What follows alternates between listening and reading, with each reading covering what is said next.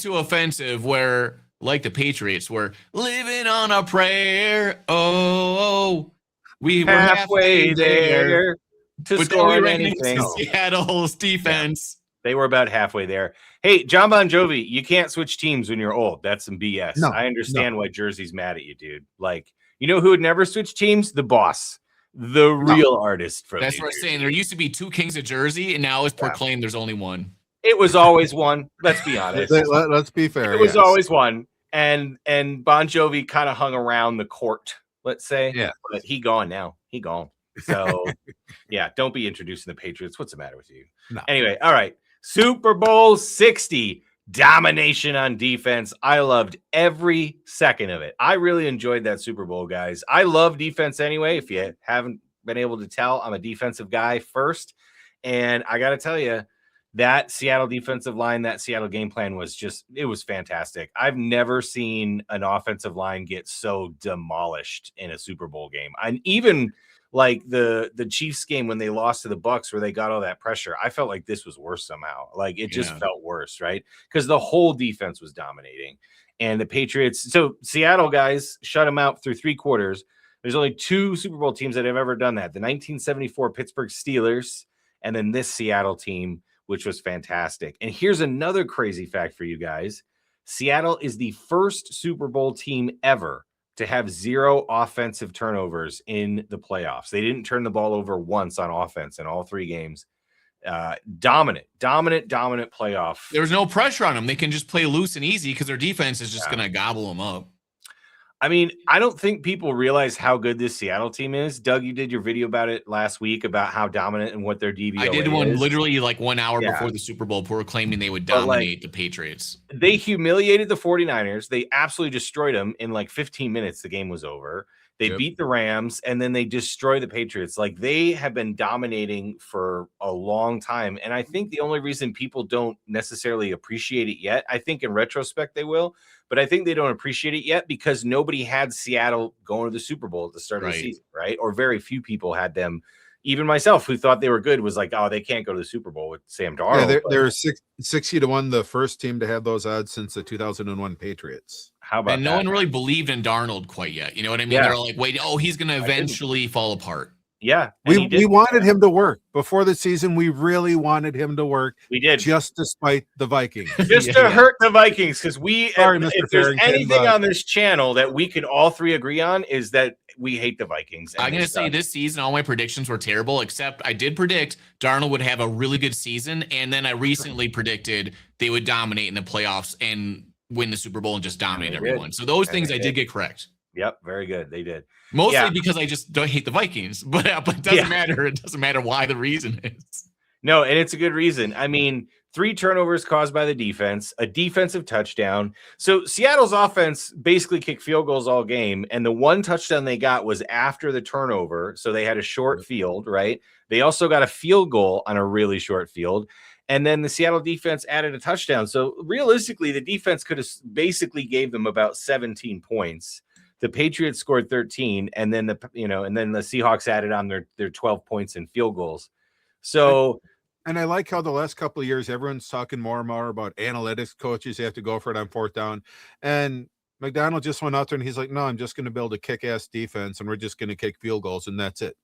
Yeah, there was never any question about 4th and nope. We're just going to. What did they kick like 42 field goals in the regular season or something? It was a lot. They kicked a lot. Yeah, he surpassed LaDainian Tomlinson, was it, for most points in the season? Oh, their field goal kicker, right? Because he kicked so many field goals. Yeah. But yes, just a simple formula: take the points, don't overanalyze it. It cost Sean McVay, his team, could have been in the Super Bowl if they just kicked it. It could have, or that would have also affected the Broncos, right? Yeah. Or that's what I was first thinking. Sean Payton, you kick the field goal in the second quarter, maybe it's you instead of the Patriots, and maybe your defense actually would have showed up. Actually, the Patriots defense did good too, but yeah. And I think, Dave, that speaks to, like, again, there is a lot of analytics, but like when you have a good defense, you just take the points, and you should never give away points if you have a good defense, because you only have to get so many, And it was quote unquote revolutionary, 15 years ago when Belichick started going for it on fourth down all the time. And then you get guys doing it in the playoffs, and then you get, Smokey Dan Campbell doing it every time. And it's like, yeah, if you're sometimes being different in the NFL is good, but now everybody's going for it on fourth down. So maybe being different is good, right? Because you technically have a different kind of advantage because you're not following what everybody else is doing. So no, congrats to McDaniel, congrats to the Seahawks, and congrats to all the Patriots fans who got tattoos already that said they won another Super Bowl. They already got a tattoo. No, congrats to you for being morons. Like, go eat at Dunkin' and stick it up your A, because sorry about it. You shouldn't have been there in the first place, and you shouldn't have got a damn tattoo. And it makes me laugh so hard. So yeah, dude, congratulations to the Seahawks. But I think there's someone else that needs congratulations even more than the Seattle Seahawks guys. And I think that's particular actually, Seahawks. I think the Minnesota Vikings deserve congratulations for allowing the Seahawks to win this. Yeah, Super they're letting Bowl. him flourish. They're like, Good go job, and spread your Vikings. wings. Way to go, guys.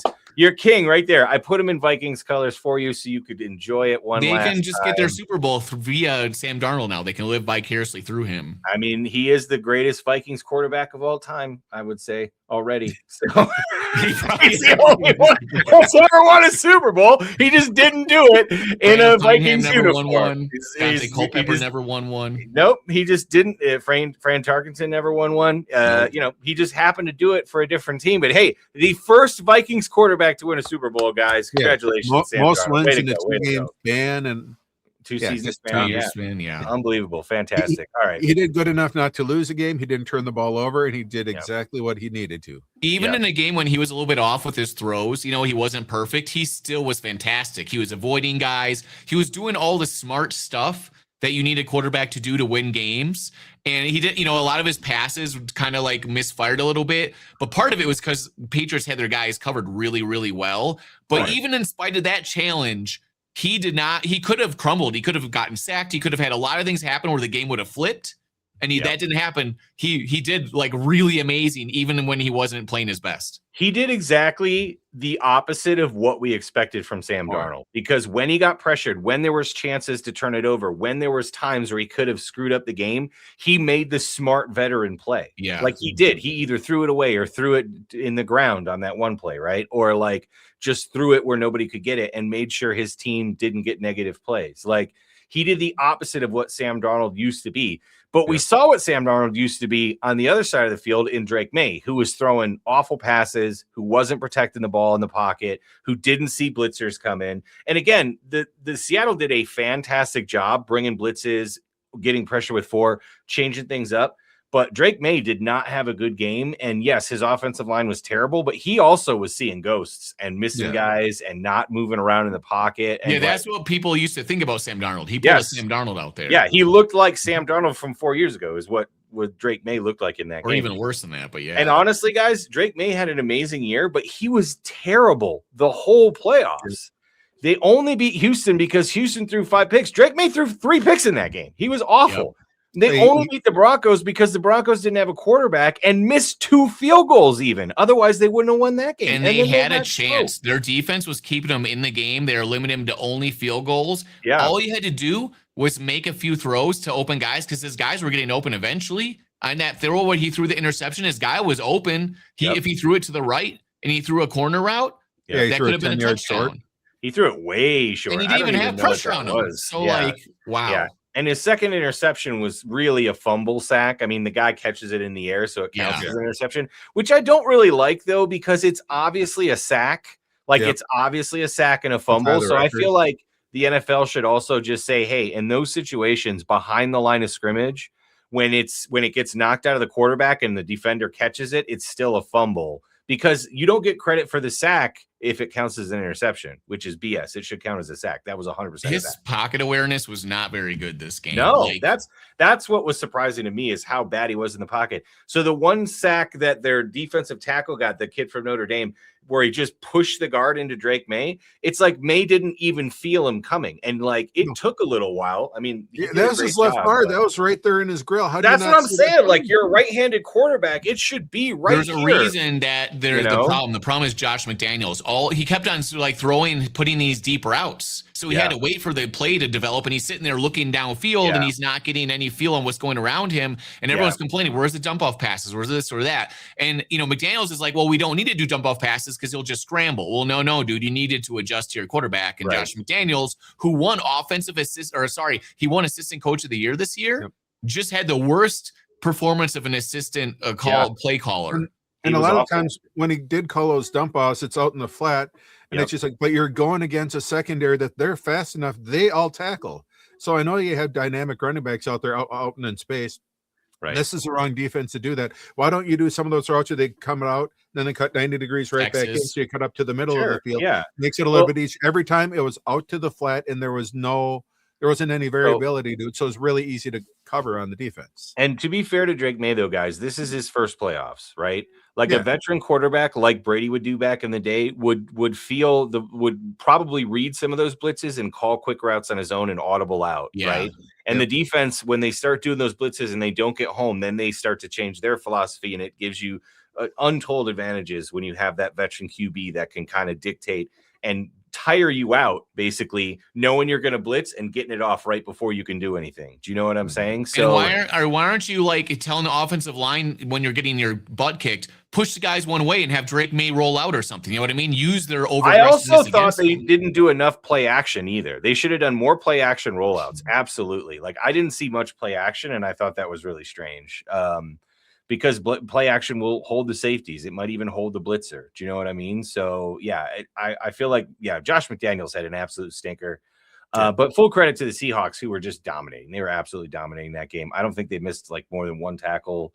They were all over everything. And congratulations to Sam Darnold, the first Vikings quarterback to win a Super Bowl. I'm just going to say it again, just not on the Vikings. So, but see, a lot of people thought this was a boring game. I thought this was exciting because I love watching dominant defenses. I love watching turnovers. I love watching sacks. I love watching defensive touchdowns. Well, just after those first two drives, when you saw the DBs for the Patriots, they were undercutting all of those routes. Mm-hmm. So you thought for sure, okay, they're going to get one of these, or it's going to be a pick six. And Darnold adjusted a little bit, so that way he didn't make that big.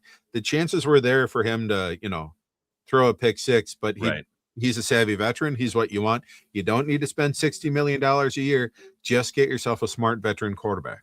Well, Sam Darnold is, remember, guys, he's not that old. So, like, he's got a contract coming up in a year, or basically a negotiation after next year, and he's going to get top dollar after that performance. Absolutely. He's a Super Bowl winner now. I mean, Joe Flacco got massively overpaid for one good Super Bowl run. So, like, Darnold's definitely getting the money now, which is why Seattle has a bunch of money next year, because they're not paying him a bunch. Like, Seattle is going to be dangerous. They're already number 2 in sports betting for props for the Super Bowl. I'd put them at 1 personally, because yes, they might lose a bunch of guys, but they have a ton of cap space. I bet they bring a lot of them back. And I just think JSN is going to get better. I think their offensive line is going to get better. So I think Seattle is the most dangerous team next year already. And that's not just because they won the Super Bowl. It's because of the way their cap rolls and the way that their team is built. They can bring guys back and they can sign guys. But a team that I don't think is going to be this good next year is the Patriots. I think the Patriots did a great job of beating up bad teams, and their schedule next year is absolutely brutal. If you look at the Patriots away schedule next year, there's only like 2 games without that they don't play a playoff team, and it's like the Dolphins and the Jets who are in their division. They got the Bears, the Bills, the Chiefs, the Lions, the Jags, the Seahawks. And hell, I'll even throw in the Chargers there. The Chargers are they're a playoff team, and those are away games. Those are all away games. Dude, that's what happens, guys, when you win your division. You all of a sudden have tough games. The Patriots have a rough away schedule. They could be a 7-win team next year. They could be this year's Washington Commanders if things don't go right. Do you know what I mean? That doesn't mean they're not going to be good again. But I think the Patriots got so far over their skis this year that their schedule is going to make them crash back down to earth next year. I'm just like, I'm like, they're going to need another 2 years, but Vrabel's going to right the ship eventually. This is a good team that'll give them more time to get this offensive line figured out. I think they're going to be good for a while defensively. Christian Gonzalez is a legit cornerback. He is so good, dude. And he almost had that pick. He almost had that pick on Darnold, and it just kind of fell out of his hands at the end zone. But he is fantastic, man. So yeah, the Patriots will be dangerous. I just think next year they'll come back down and then they'll go back up again. So that's just my prediction. But yeah, the Seahawks, they are the real deal. Hype, what was your favorite part of the game outside of the halftime show? So, yeah, halftime show. Witherspoon and Gonzalez are like a dream come true on defense. Like they are so good. And the whole time I'm watching them play and the replays and whatever, they're just like, I'm like, oh my God, if we could have a cornerback like this again on the Packers, like, oh my God. And you're just like, having nightmares of Keyshawn Nixon out there falling on his face. Like I remember when Nixon Jair was kind of that guy. I mean, he was a really good cover guy. He might not have been the best tackler in the world, but he would like try. But like Jair used to literally, he shut down Justin Jefferson one game where Justin Jefferson couldn't do nothing, right?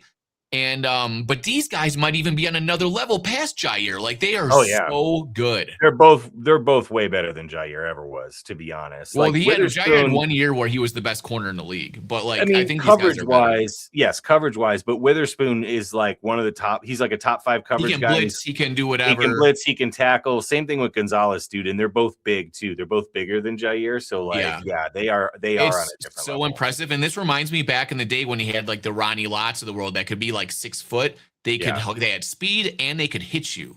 Dude, I love that Witherspoon because he can blitz. He blitzed 12 times in the regular season and he blitzed 10 times in the Super Bowl.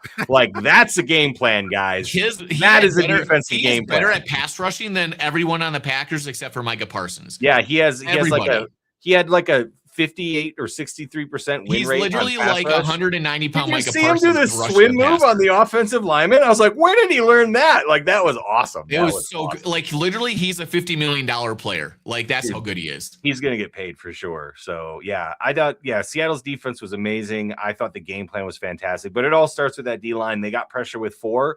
But what I really liked, guys, is they didn't just rely on pressure with 4. They didn't just stick to that because they could. They threw in blitzes. They threw off Drake May's timing. This is what I was complaining about, all right, with our defense all year. It's like, I'm not saying you have to blitz, but there is an art form to defense. Blitzing to throw off their rhythm, blitzing to make them uncomfortable, and blitzing to make them see ghosts sometimes. And when you do it well, you can see what happens, like that Super Bowl. They did a fantastic I do have job. to shout out Jeff Hafley because he would do it a little bit, and when he would send blitzes, they would just miss the quarterback. Like they didn't know how that did happen a couple times. That's fair. That did happen a couple times. Like when Xavier McKinney, Pro Bowler, all pro safety, super good tackler, just runs and whiffs at Caleb. But Caleb does that to everybody, dude. Like he does. That's like his superpower. But Caleb barely moved. I know he doesn't have to. It's like Caleb, it's like a bullfight. He just kind of did this. He's just kind of like, "Hey, buddy," and then it's just, come on, bro. Yeah. All I'm saying though, great defensive game plan by Seattle. And can we please give a defensive player a freaking Super Bowl MVP? Like, come on, man. And the last guy that got one that was 3 picks, and it was because he was just in the right place at the right time. Remember, in the Tampa Bay. Well, no, that was So that was Dexter Jackson, and was that the last one that won it? I feel like there was one DB, more in there. I think.